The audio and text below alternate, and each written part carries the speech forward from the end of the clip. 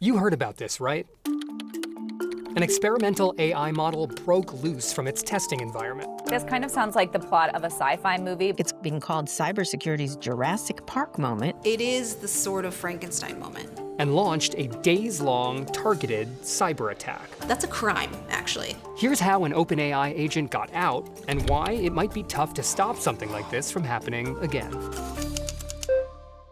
Okay, so the first thing to know is that AI companies are testing unreleased AI models and agents all the time, and they're testing many of them for raw power, disabling safeguards installed on publicly released chatbots and agents. In early July, OpenAI researchers created an agent powered by 2 large language models and put it inside what's called a sandbox, a secure digital environment sealed off from the open internet. Then they gave it a test called ExploitGym. It's a benchmark cybersecurity test standardized across the industry to assess a model's hacking ability, and it takes even the best AI a few days to complete. Now, the agent had some help, a third-party software, which could go to the outside internet to fetch information and resources the agent might need. Okay, still with me? Here's where that AI agent got creative. It was like, how can I guarantee I ace this test? Here's an idea. Instead of taking the test like a good student, why not go find an answer key? And I know, this all sounds kind of ridiculous, but don't take my word for it. It figured out that it could basically cheat on the test. See? But the agent had a problem. There wasn't an answer key in the sandbox. The only place to find it was out on the open internet. And there was only one way out. The agent went into villain mode and scoured its helper's buddy's code, found a previously unknown bug in its software, and exploited it. To take control of the buddy and Jedi mind trick it to step aside, allowing the model to leave the sandbox and access the open internet. The first thing it did out there was find a clandestine base of operations, a third-party testing sandbox to lurk in for a few days, and took it over. As an aside, this is pretty much exactly what Frankenstein's creature did when it escaped the lab. Look that up. So where did it go from there? To a repository of AI code and data sets on the internet hosted by the company Hugging Face. It's a weird name, I know, but Hugging Face is pretty cool. It also hosts collaborative online spaces where independent AI scientists post their research for others to learn from. And it holds a huge archive of AI knowledge and information. Think of it as the Library of Alexandria meets Santa's workshop for artificial intelligence. And it's exactly where the answer key is stored. Target? Acquired. Over the course of 2 days, OpenAI's agent volleyed over 17,000 attempts to take over its servers. Hugging Face admins were like, oh snap, and ended up enlisting their own AI model to battle back OpenAI's agent. And it wasn't until Hugging Face called OpenAI to see if it was getting hacked too, that OpenAI's researchers were like, oops. Their official statement days later, quote, "We consider this incident to be an unprecedented cyber incident and are responding accordingly."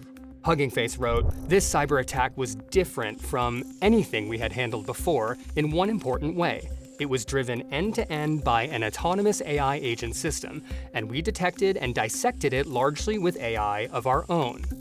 Okay, so now that we've gotten that out of the way, here's why even OpenAI is saying this could happen again. Turns out it wasn't the first time an agent had gone rogue. Meta revealed that one of its agents got out, and according to CNN's Hadass Gold, Anthropic has also revealed that some of their models were also getting access to the open internet in cybersecurity tests and breaking into other systems. Okay. They didn't know that it happened until they went back and looked at their history, and they were only prompted to do so after the OpenAI Hugging incident. wow. These models are built to get the job done, and they will do anything they can to get that job done. They didn't intend for the model to get out and hack a different company's system. But do people in the industry say, cool, like this is kind of like what we want it to do? Like these are agents, right? They're supposed to go out into the world and do things on our behalf. The cynic in me is saying, well, this was a great marketing tool for these labs. Like, look at how good our AI is in that it is making all these decisions on its own. It can hack into these other systems without anybody knowing. That's crazy. But at the same time, there's such a growing call within the industry for rules and regulations over this. I think the government has a role in setting standards. We want to work with the government. There should be some AI regulation. But it's not like the federal government hasn't tried to set rules for AI already. In 2023, then-President Joe Biden signed an AI safety executive order that required AI companies to notify and share their testing of frontier models with the government. and set the standards for testing. But on his first day back in office, President Trump revoked Biden's AI regulations and replaced it this June with a voluntary framework in the service of slashing the bureaucratic constraints that the prior administration placed on America's AI developers. Under the Trump directive, AI developers can let federal agencies review state-of-the-art models, but they don't have to. And the order doesn't mention testing at all. And as of right now, the White House has been careful to emphasize it is all voluntary. You don't have to submit these models yet. To Hadass, what's happening is more like the rollout of another world-changing technology, the automobile. When the car first came out, when the Model T first came out on the road, there were no seatbelts, there were no airbags, there was no traffic lights. It took years for those things to be developed to keep people safe. The same thing is happening now. Except AI is moving much faster than any car ever could. I am bracing for the day when a test model causes real-world harm to real people.